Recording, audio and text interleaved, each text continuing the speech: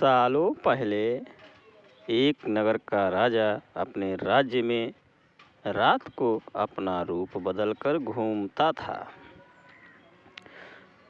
वो रूप बदलने के बाद लोगों से मिलकर अपने यानी राजा के बारे में जानने की कोशिश करता था और उनकी समस्याओं को समझता था। एक रात जब वह नगर को घूमकर आया तो अचानक जोर से बारिश होने लगी। उसने देर किए बिना एक गरीब के घर का दरवाजा खटखटाया। राजा के दरवाजा खटखटाने के बाद घर से एक व्यक्ति निकला।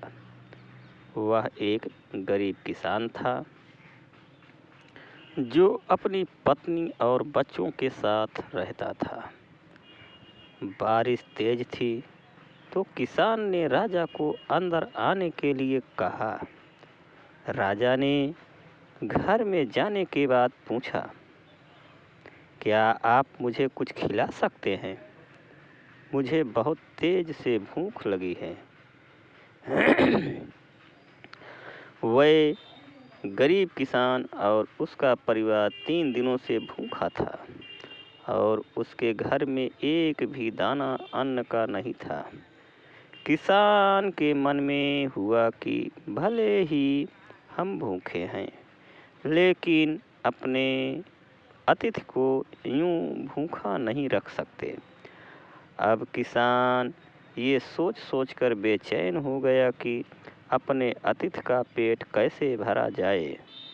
तभी उसने घर के सामने वाली दुकान से चावल चुराने की तरकीब सोची।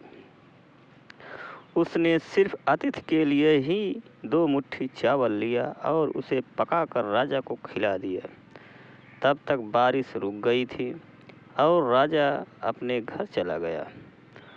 दूसरे दिन दुकान का मालिक अनाज की चोरी की शिकायत लेकर राजा के पास पहुंचा।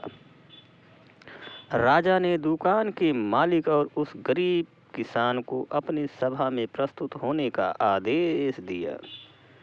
सबसे पहले सभा में पहुंचे किसान ने राजा के सामने जाकर अपनी चोरी का इल्जाम कबूल कर लिया और बीती हुई रात की पूरी बात राजा को बता दी। किसान राजा से कहता है कि मैंने चोरी की, लेकिन मेरे परिवार ने उस अनाज का एक निवाला भी नहीं खाया। गरीब किसान की बातें सुनकर राजा बहुत दुखी हुआ और उसने किसान को बताया कि अतिथि के रूप में मैं स्वयं तुम्हारे घर आया था। इसके बाद राजा ने सभा में पहुंचे दुकानदार से पूछा कि क्या आपने अपने पड़ोसी को चोरी करते हुए देखा था? दुकानदार ने जवाब दिया कि हाँ, मैंने इसे रात में चोरी करते हुए देखा था। दुकानदार की बात सुनने के बाद राजा कहता है कि इस चोरी के लिए मैं अब पहले जिम्मेदार हूँ और फिर दूसरा तुम हो, क्योंकि तुमने अपने पड़ोसी को अनाज की चोरी करते हुए देखा मगर कभी उसके भूखे परिवार को नहीं देखा। तुम अपने पड़ोसी होने का धर्म बिल्कुल निभा नहीं पाए। तुम अपने पड़ोसी होने का धर्म बिल्कुल निभा नहीं पाए। इतना कहने के बाद राजा ने दुकानदार को सभा से जाने के लिए कह दिया और किसान की अतिथि निष्ठा भाव को देखकर उसे 1000 सोने के सिक्के इनाम के रूप में दे दिया।